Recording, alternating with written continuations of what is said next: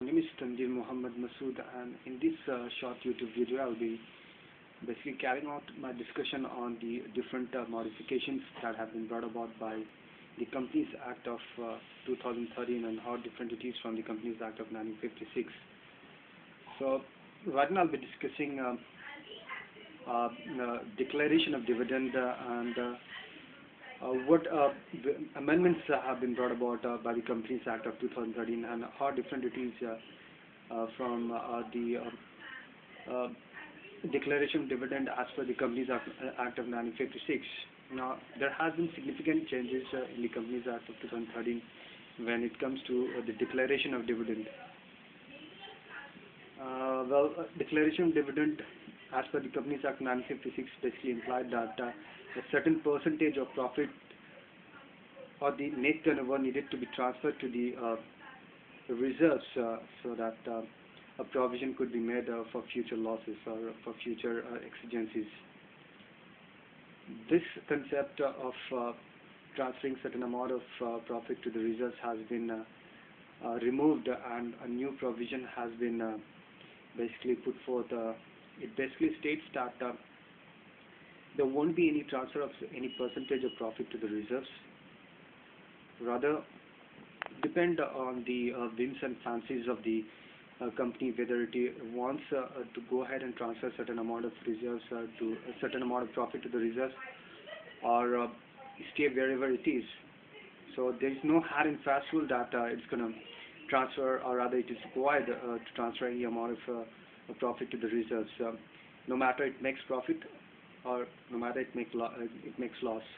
So it totally depends upon the discretion of the company authorities, of the people sitting at the high level of decision making. They're going to decide whether they're going to transfer any amount of profit to the company or not, or to the reserves or not, for that matter. So it is totally dependent upon the whims and fancies of the company. As per the Companies Act of 1956, wherein Section 123 states that interim dividend has to be declared out of the profits of the company, which is basically called midterm declaration of dividend, or midterm profit for shareholders and investors.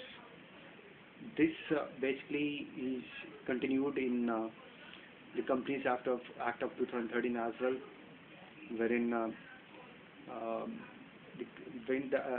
Section 123 subsection 6 states that interim dividend has to be declared out of the profit, out of the midterm profit, so that the investors would be able to make some amount of revenue from their investment. But as far as this midterm declaration dividend or interim dividend is concerned, there is a slight change, or there is a slight modification that we would basically notice in the Companies Act of 2013. It basically states that if the company makes any loss or midterm loss, wherein interim dividend cannot be declared, or interim dividend cannot be declared at a rate higher than the average dividend that has been paid over the last 3 financial years. So in that case, this provision would apply. If the company has not been able to make good amount of profit, or the company has made midterm loss, the amount of interim dividend is equal to the average dividend which has been paid over the last 3 financial years.